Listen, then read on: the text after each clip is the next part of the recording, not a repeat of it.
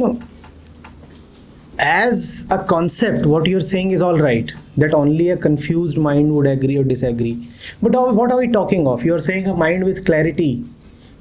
You're saying a mind with clarity does not need to follow. Where is that mind? Whose mind are you talking of? At least not your own. So why are we imagining? जो है नहीं उसकी कल्पना करके उसको अपना हथियार क्यों बना रहे हो? या तो ये कह दो कि मैं ही हूं वो स्थिति क्या होती है, वो मन क्या होता है, उससे तो बहुत दूर हो। हाँ, पर उसके बारे में कुछ बातें सुनी हैं जिनका इस्तेमाल करके बचना चाह रहे हो।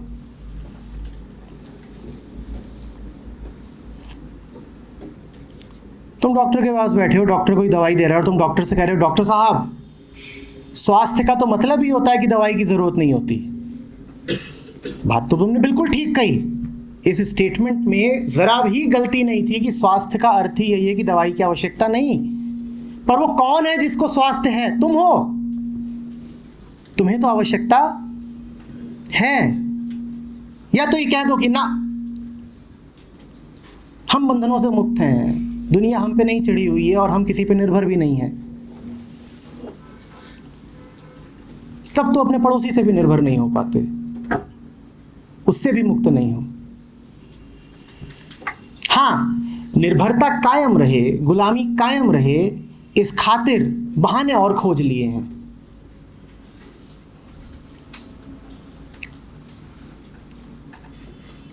तुम तो जब किसी को उद्धृत भी करते हो, तुम तो जब किसी का हवाला भी देते हो,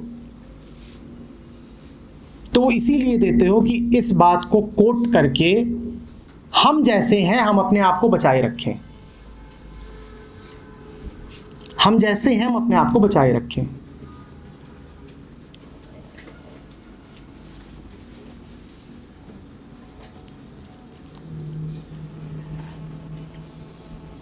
एक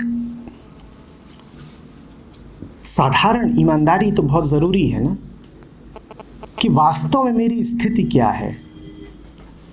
हजार बातें होती हैं जो मन के हजार तलों के लिए होती हैं। तुम्हारे लिए बस वही बात उपयुक्त है जिस तल पर तुम हो। जिस तल पर तुम हो नहीं, उस तल की बात करके तुम्हें कोई मिल नहीं सकता ना।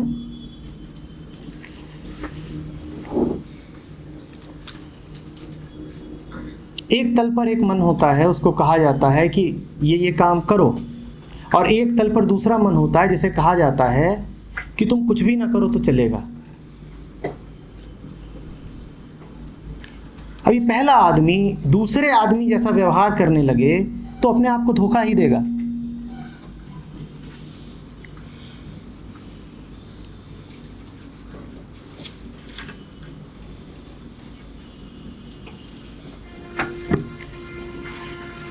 और फिर जब से इस हॉल में आए हो, हम सुबह से मिले, हमने कहा है अपनी स्थिति पर ध्यान दो। ये सारा आयोजन हो ही इसीलिए रहा है कि खुद को देख पाओ, सर्वप्रथम खुद को देख पाओ। जिसने अपनी हालत को समझ लिया उसको ही साफ साफ पता चल जाएगा कि मैं कहाँ खड़ा हूँ, कितने पानी में हूँ, और अतः मुझे अब करना क्या चाहिए।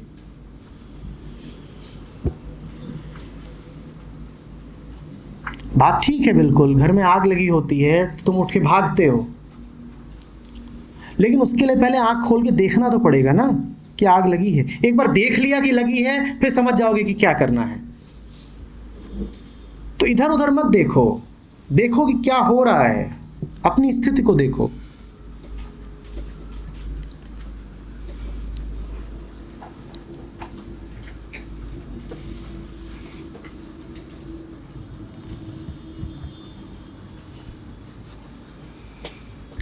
बात आ रही समझ में?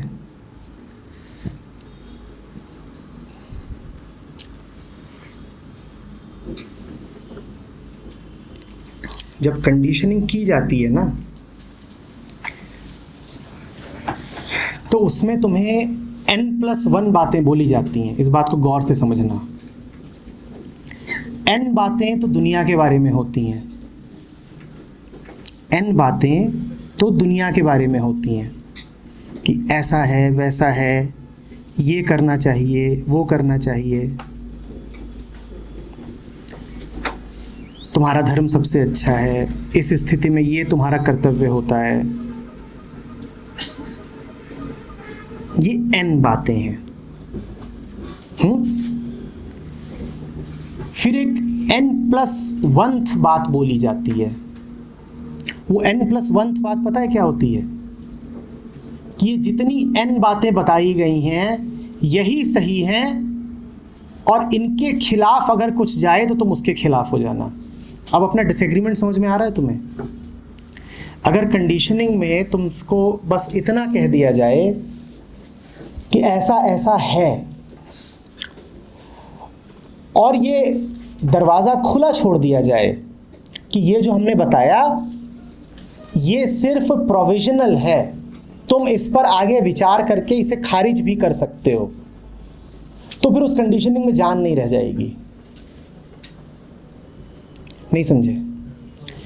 तुमसे कुछ बातें मैं कहूं और मैं कहूं मैंने जो कुछ कहा ये सिर्फ मैं कह रहा हूं और तुम चाहो तो इसे स्वीकार करो चाहे अस्वीकार कर दो, तो फिर मैंने जो कुछ कहा वो तुम्हारे मन पर बैठ नहीं सकता, वो तुम्हारी कंडीशनिंग नहीं बनेगा, क्योंकि तुम्हें मैंने अभी ये ताकत छोड़ दी है कि तुम चाहो तो इन बातों को रिजेक्ट कर दो, अस्वीकार कर दो, खारिज कर दो। तो इसीलिए बहुत ज़रूरी होता है कि n+1 बात भी बोली जाए। ये जो आखिरी बात है ये खतरनाक होती है।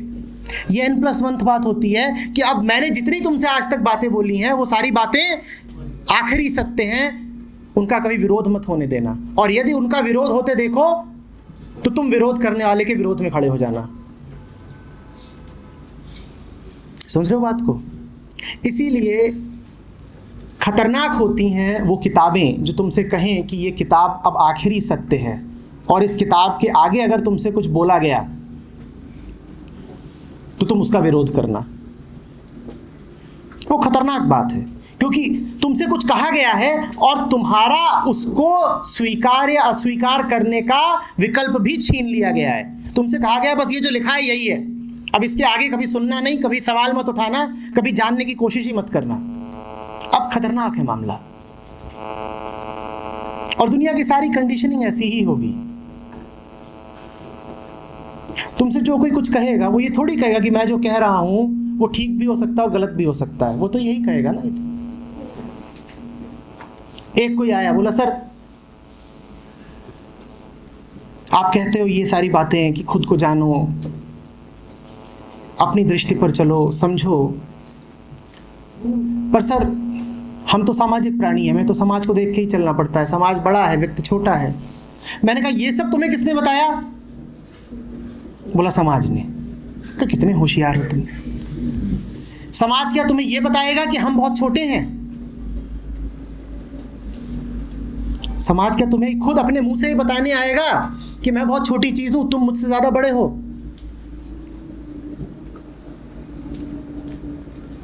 एक आया, देखिए साहब मेरा धर्म तो सबसे बढ़िया है, दुनिया का सबसे पुराना धर्म है और इससे ऊंचा धर्म कोई हो ही नहीं सकता। मैंने कहा ये सब तुम्हें किसने बताया? बोले मेरे धर्म ने। मैंने कहा तुम्हारा धर्म क्या ये बोलने आएगा कि मैं लद्दड़ हूं? तुम्हारा धर्म तुमसे और क्या बोलेगा? यही तो बोलेगा ना कि मैं सर्वश्रेष्ठ हूं। पर तुम समझ ही नहीं रहे बात को।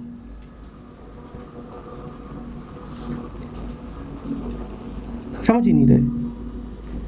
जब तुमसे कुछ बताया जाता है तो साथ ही साथ उसके आगे न जाने के रास्ते बंद किए जाते हैं। तुम्हें एक कमरे में बंद कर दिया जाए लेकिन दरवाजा खुला छोड़ दिया जाए तो क्या होगा? तुम निकल भागोगे। जो भी कोई तुम्हें कमरे में बंद करे उसके लिए एक n+1 काम करना जरूरी है। क्या? ना, तुम्हें यह समझा देना कि यह कमरा ही जन्नत है। यह हमेशा n+1 काम होता है। चिड़िया को यह समझाना कि तेरा पिंजड़ा ही जन्नत है, यही n+1 काम होता है हमेशा। n काम क्या है? चिड़िया को पकड़ो और खींचो और उसे अंदर डाल दो, ये n काम है। N+1 करना जरूरी है। वो समझ रहे हो क्या है? अब चिड़िया को समझाओ कि ये जो है ये पिंजड़ा नहीं है, ये तेरा महल है। ये बेड़ियां नहीं है, ये तेरे गहने हैं। ये हथकड़ी नहीं है, ये तेरे कंगन है। ये N+1 काम है।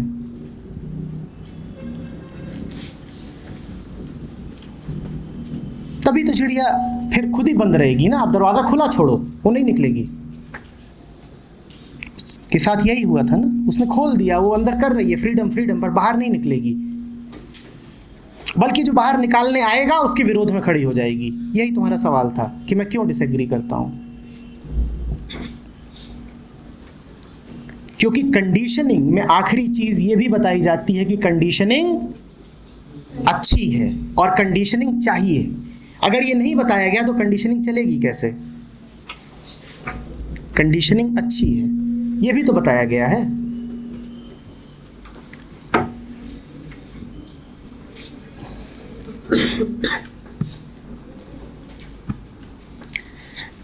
दुनिया में तुम्हें क्या लगता है इंसान ने सबसे ज्यादा विरोध किसका किया है? दुनिया में इंसान ने सबसे ज्यादा विरोध उसी का किया है जिसने इंसान को मुक्त करना चाहा है। जितनी ज्यादा फांसियां दार्शनिकों को, वैज्ञानिकों को, संतों को दी गई, उतनी तो चोरों, चक्कों और बलात्कारियों को कभी दी ही नहीं गई। तुम्हें सबसे बुरे वही लोग लगते हैं जो तुम्हारे सामने सच और मुक्ति की बात करते हैं। उनको तुम नहीं झेल सकते। जब जीसस को सूली पे चढ़ाया जा रहा था तो 3 लोग थे उसी समय, उसी मैदान में, जिन्हें सजा दी जा रही थी। जीसस थे और 2 ऐसे ही थे, चोर उचक्के। और जेरूसलम की जो जनता थी उनके पास विकल्प होता था हमेशा कि जो लोग जिनको सजा दी जा रही हो उनमें से किसी को माफ कर सकते हैं।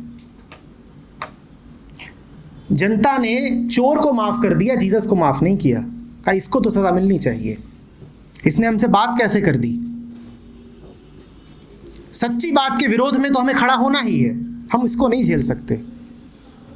कोई ये ना सोचे कि जीसस को 1 या 2 लोगों ने मारा या मारने की कोशिश की। पूरी जनता, पूरा एक शहर खड़ा हो गया था, इसको मारो।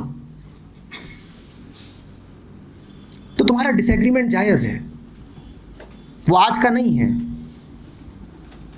वो हजारों लाखों साल का है।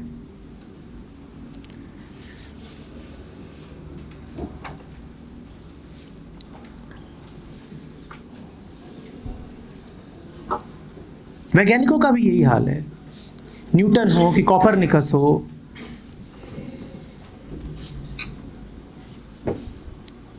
कि गैलीलियो हो,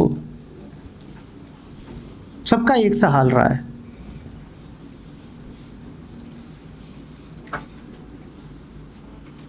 पढ़ना सुकरात के बारे में या मंसूर के बारे में।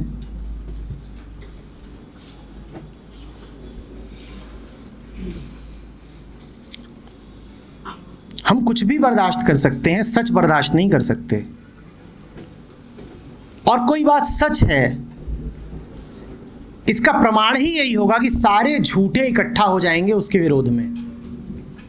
जब भी कभी बहुत सारे झूठों को मिल करके किसी बात का विरोध करते देखना, तो फिर अब तुम्हें परखने की जरूरत नहीं है, वो बात सच ही होगी। वैसे तो जितने झूठे होते हैं एक दूसरे का सर फोड़ रहे होते हैं, पर जब कोई सच्चा सामने आ जाता है तो ये एकजुट हो जाते हैं। तो जब भी झूठों में एकजुटता आते देखना तो समझ जाना कि कोई सच्चा सामने खड़ा है।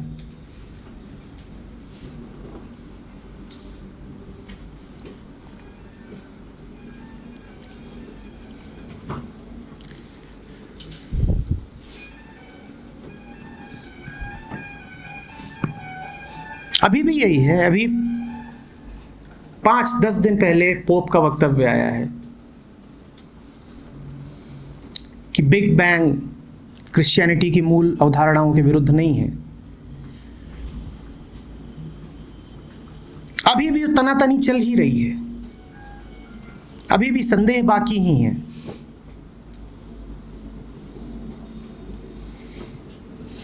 पहले बात ज़रा स्थूल होती थी तो सरेआम फांसी दे दी जाती थी, या ज़बान काट ली जाती थी, या आँख निकाल ली जाती थी, या सूली दे दी जाती थी। अब बात ज़रा छुपा के होती है,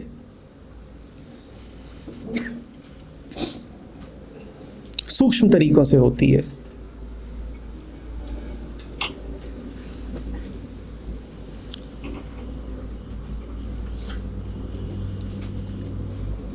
वाह।